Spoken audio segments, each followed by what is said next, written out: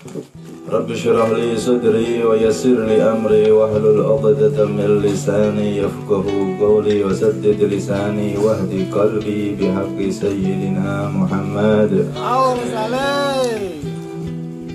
Dusturakum ya ahla darki wa ya ahla al-batin wa ya ahla nawbati wa ya ahla nur. Hadaratul muhtaramin, kepada para alim ulama, para tokoh masyarakat, para sesepuh yang rawuh, wabil khusus kepada sahibul hajah, sahibul beb, Bapak Sopir Nur, keluarga besar yang pada malam hari ini tasyakuran pernikahan putranya. Semoga pernikahannya diberi sakinah, mawaddah, warahmah, jadikan rumah tangga yang termasuk rumah tangga yang membahagiakan Nabi SAW. Diberi keturunan nanti soleh solehah, membanggakan dunia sampai akhirat. Amin Allahumma. Kita yang hadir, semuanya yang hadir, yang ikut serta mendoakan, semoga juga rumah tangganya dijadikan semakin sakinah, mawaddah, warahmah, diberi putra-putri soleh solehah, yang punya hajat dikabulkan hajatnya. Amin Allahumma amin. Terlebih kita di hari-hari ini berada di 10 awal bulan Dzulhijjah, yang mana 10 hari bulan Dzulhijjah itu adalah hari-hari yang agung di sisi Allah Subhanahu wa Ta'ala. Sampai-sampai Allah Subhanahu wa Ta'ala memakainya dengan qasam, sumpah, wal fajri wa layalin ashar. Wal fajri, demi waktu fajar, subuh, wa layalin ashrin, dan demi malam-malam ashrin yang 10, yaitu malam 1 Dzulhijjah sampai malam 10 Dzulhijjah. Kita sekarang berada di malam ke-8, yang mana malam-malam 10 pertama awal bulan Dzulhijjah ini adalah malam-malam yang sangat mulia di sisi Allah Subhanahu wa Ta'ala. Lebih-lebih besok siang itu disunahkan untuk puasa tarwiyah. Besoknya kalau tidak bisa ya besoknya Arafah, puasa Arafah. Kata Rasulullah dalam hadis, ahtasibu an yukaffira dunuba hasanah madiyah wal qabilah, kama qala Nabi SAW. Jadi puasa Arafah itu bisa menghapus dosa-dosa setahun yang lalu dan dosa-dosa setahun yang akan datang. Ya, semoga kita bisa diberi pertolongan oleh Allah bisa melakukan puasa tersebut. Amin Allahumma. Walaupun seumur hidup sekali, ya, sehingga pernah ya nambah, tapi aja nambah bujo, ngandani gak usah poso. Kita berada di 10 hari bulan Dzulhijjah, yang mana ini adalah hari-hari yang sangat mulia. Sampai-sampai dikatakan setiap malam tanggal 1 sampai tanggal 10 Dzulhijjah ini adalah malam yang sangat agung. Bahkan barang siapa yang mengisinya dengan qiyamul lail, maka seperti qiyamul lail di malam Lailatul Qadar. Salat sunnah 2 rakaat di malam 10 ini seperti 2 rakaat di malam Lailatul Qadar. Makanya para ulama sampai-sampai mengatakan bahkan malam 10 ini, bulan Dzulhijjah ini lebih utama daripada malam 10 terakhir Ramadan. Kenapa? Karena setiap ibadah yang dilakukan, baik sholat ataupun baca Quran ataupun lainnya, semuanya bernilai seperti Lailatul Qadar. Alhamdulillah. Makanya ini masih tersisa 3 hari ini.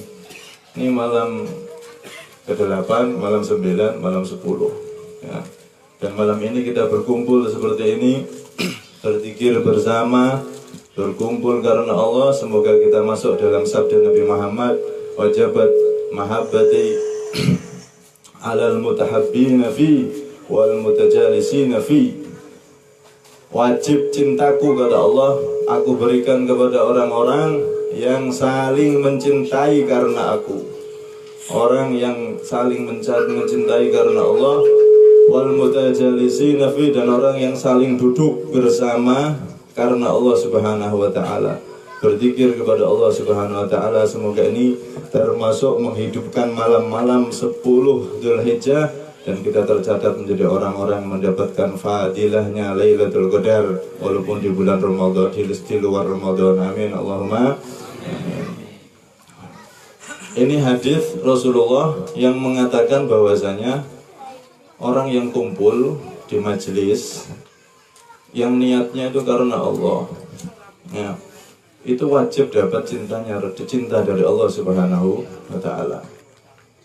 Nah, apalagi orang yang dulunya tidak kenal, beda jenis lagi, laki-laki perempuan nggak kenal, yang dulunya itu dilihat, saya kira nikah bukan hanya dilihat di apa-apa, no, halal ya, gak teman.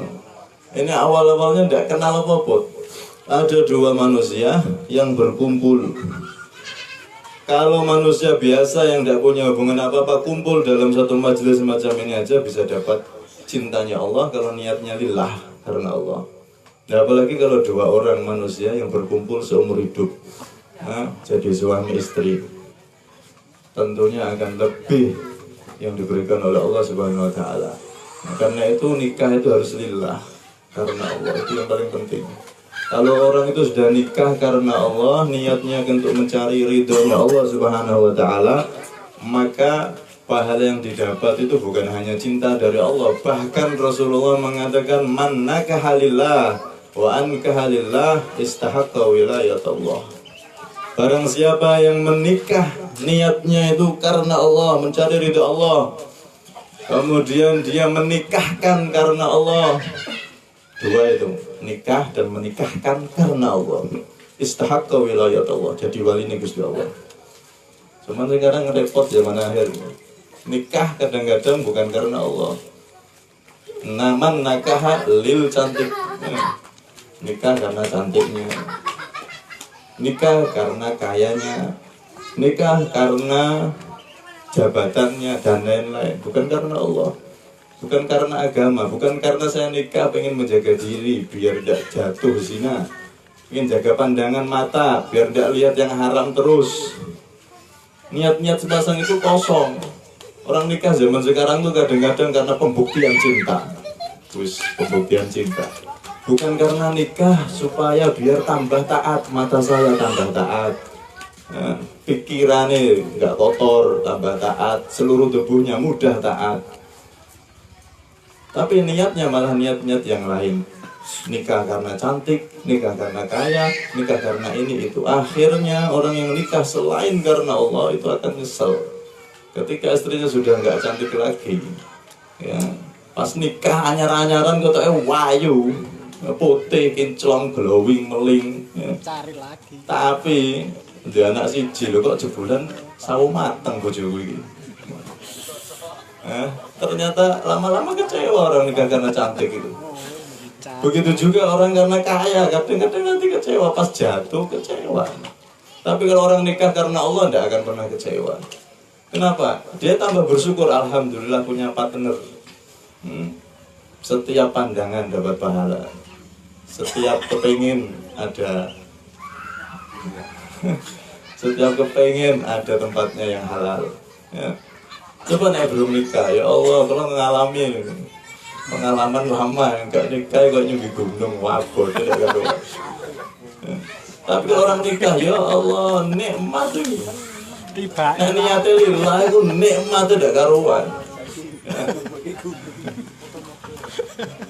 Kalau niatnya itu lillah, nikmat. Pokoknya saya jadi suami yang baik, enggak dolimi istri, selesai. Pokoknya saya jadi istri yang solehah, berusaha khidmah melayani suami, selesai. Mau istrinya misalkan dapat istrinya cerewet, enggak urusan, pokoknya aku jadi bojo sing apik.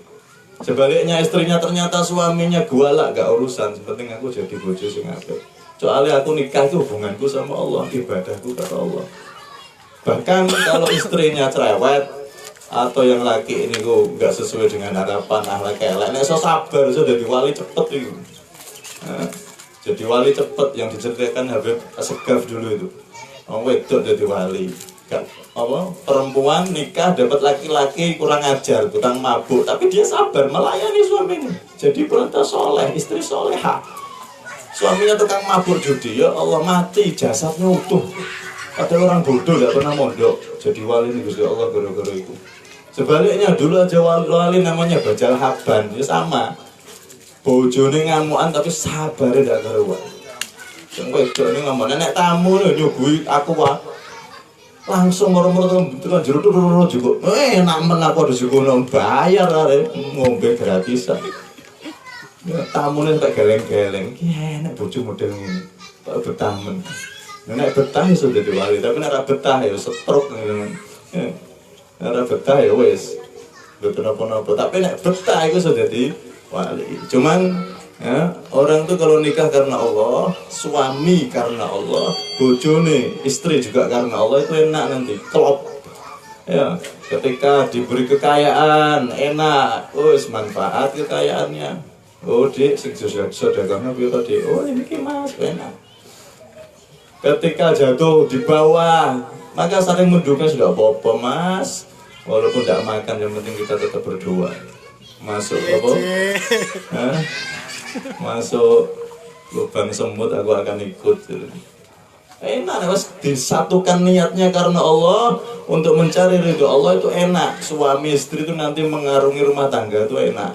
Ya, nggak akan terjadi sampai pecah kapal ini, kapal akan tetap berlayar walaupun ombak menerjang. Nggak mungkin pecah kalau sudah niatnya sama. Karena saya nikah sama kamu Mas, bukan karena pengen untuk duit akeh, enggak. Aku nikah sama kamu dek, bukan karena kecantikan, bukan, tapi nomor satu nikahku karena Gusti Allah, karena mencari ridhonya Allah. Nek harus disatukan gitu, insya Allah walaupun banyak badai, banyak gelombang, nggak akan sampai tenggelam. Tapi kalau sudah dari awal niatnya beda, nah ini biasanya nanti tenggelam kapalnya, kapal rumah tangganya karam diterjang oleh badai yang ada di rumah tangga. Naudzubillah min. Karena itu man nakahalillah, orang yang nikah karena Allah, orang yang nikah niatnya ibadah. Wong nikah niku nek wis nikah itu 2 rakaatnya lebih utama daripada 70 rakaat orang yang jomblo belum nikah. 2 rakaat lebih utama daripada 70 rakaat orang jomblo. Niku 2 rakaatnya orang nikah. Ya. Dan pahala-pahala yang lain dilipat gandakan luar biasa. Mencari nafkah untuk istrinya, ya Allah keringetnya kayak tetesan darah yang berjuang di Palestina. Ngalang-ngalih wong sing nggawa senjata bela agama. Cari yang halal, satu tetesan keringatnya seperti berjuang fisabilillah. Cari yang halal. Semuanya bernilai ibadah. Subhanallah, orang nikah itu ibadah tanpa susah payah. Ya susah nek pas bojone cerewet kok. Tapi semua aktivitas dalam kesehariannya itu bernilai ibadah. Nah, suami, istri niatnya karena Allah, istri niat melayani suami karena Allah, suami niat membimbing istri karena Allah, istrinya dibimbing, biar jadi orang yang betul-betul salehah di mata suami dan di mata Allah Subhanahu wa ta'ala. Orang yang nikah karena Allah, kemudian wa angkahalillah, dan dia menikahkan karena Allah. Nanti kalau punya anak, nggak nerima mantu, jangan yang dilihat itu, sekerjamu apa? Anaknya apa? Kerjamu saiki apa? Pangkatmu apa? Titelmu apa? Jangan dilihat itu. Sholat orang. Pengen ngelamar putriku, sing wayu dewi gitu. Ki 5 ketemu ki sholat orang. Nek sholat jamaahmu kan piro sedino? Takok iku sih Pak. Sholat pendak. Kamu kalau Ramadan sholat itu dulu tanya. Jangan malah. Lo gue tekor ini ngelamar gue sepeda motor, wah, gak masuk ini eliminasi. Nah, ini orang nikah bukan menikahkan anaknya bukan karena Allah, karena duniawi. Man, anak kita tuh mahal. Kalau cuma untuk dinikahkan sama orang yang kaya karena kayanya rugi, tidak pernah sholat, tidak pernah poso. Ramadan dijak mangan jus bareng. Ya emang anak kita akhirnya dijak mlebu neraka bareng. Naudzubillah min. Nah, karena itu dulu saya masih ingat guru saya Habib Taufik itu pernah bawa santrinya satu dijodohkan. Kan biasa kalau jodoh, kalau beliau itu ya dijodohno, digolekno. Kayak aku ya iki berhasil salah satunya. Minta sama beliau, minta jodoh. Ya khair, tunggu 20 hari. Kayak iki 20 hari iki nunggu nih. Sakno duit terek. Tunggu. Nanti dikenal akhirnya. Dikenal sama ini. Cocok gak? Kurang Ustaz. Kenal nih. Cocok gak? Kurang Ustaz. Cocok gak? Aduh kurang Ustaz. Oh kurang gawe dewe. Ada orang satu sudah cocok, dikenalkan. Akhirnya ditemukan sama walinya. Cocok ditemukan. Pas santrinya beliau ini dibawa beliau ke rumahnya, orang tuanya tuh tanya, bahasa basinya tuh pertama yang ditanyakan itu, nah ini nyuwun sewu Bib, santri jenengan saat ini mun kerja nopo, udah kerja apa ini? Ditanya itu langsung, tapi tidak jawab, maaf ya, kalau lajeng pamit langsung, dijahit boleh, gak situ, boleh gak situ, lu apa? Sing muridnya yo, gimana Ustaz? Udah cocok Ustaz, wah ayo Ustaz. Iki wong mertuane iki nikahno, kowe mau nikahkan kamu sama anaknya, kowe nek ndis duit, kan ada duit santri sarungan ngepir, wis mau. Dan orang yang seperti itu buru duniawi tok, kamu nikah sama dia itu nanti tidak bahagia. Biasanya itu tidak bahagia, nek wong tua, calon mertua ditakokno duit, kerja, titel. Tidak takut tentang agama sama sekali. Kamu kalau rumah tangga sama orang seperti itu tidak bahagia. Kenapa? Karena orang itu berarti meragukan rezeki ini Gusti Allah. Ya jangan dikira loh orang sekarang ngelamar anak kita tidak punya kerjaan, dia sekarang miskin, nanti setahun 2 tahun bisa kaya. Sekarang datang kaya raya, setahun 2 tahun bisa melarat. Nah orang itu kalau ada anaknya mau dipinang yang dilihat harta tok, ini berarti ragu sama Allah, yang ngasih rezeki itu Allah. Wa ma min dzabbatin fil ardi illa 'ala Allahi rizquha. Paling penting tanya agamane. Nah dia ngaku, aku sholat Pak Haji, wis sholat yang sop awal aku diselidiki, jelas sendiri musik, selidiki sih, tenang ora sholat itu, jauh ngorok nih mama. Tanya tetangganya, tanya anak orang itu memang soleh, tapi nggak dikerja, nggak apa-apa kerja nek wong nikah, bareng siapa yang nikah maka akan dibukakan rezeki oleh Allah Subhanahu wa taala. Utlubur rizqa istanzilur rizqa minallahi bin nikah, kama kala Nabi SAW. Ambil pancing rezekinya Allah, turunkan rezekinya Allah itu dengan cara menikah. Wong nek nikah, aduh mau nikah saya belum matang ini rezekinya. Kerjaan saya belum ya gak entuk rezeki, suwe gak jomblo sampai tua. Udah nikah, nanti rezeki datang. Iyakunu fuqara yughnihimullah min fadli. Kalau kalian tuh fakir, miskin, gak ada duit, aja malah takut nikah. Justru nikah sing berani. Nek ndak ngono jomblo terus saya mikir kerja karir tuwek lu umurku 40 ya Allah. Pas golek jodoh angel.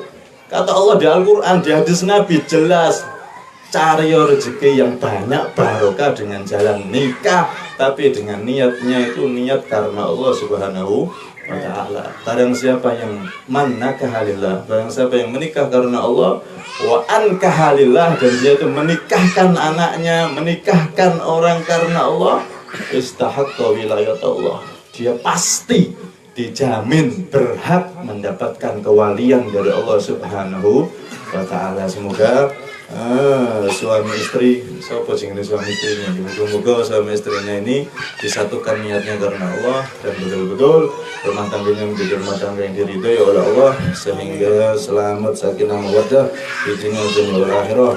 Kita semua yang hadir semoga barokah daripada ikut hadir mendoakan rumah tangga kita juga semakin lama semakin diberi sakinah mawaddah warahmah. Amin. Jadi ketenangan, kebahagiaan dunia sampai akhirat, dan kelak rumah tangga kita termasuk rumah tangga yang membanggakan, membahagiakan Nabi kita Muhammad SAW.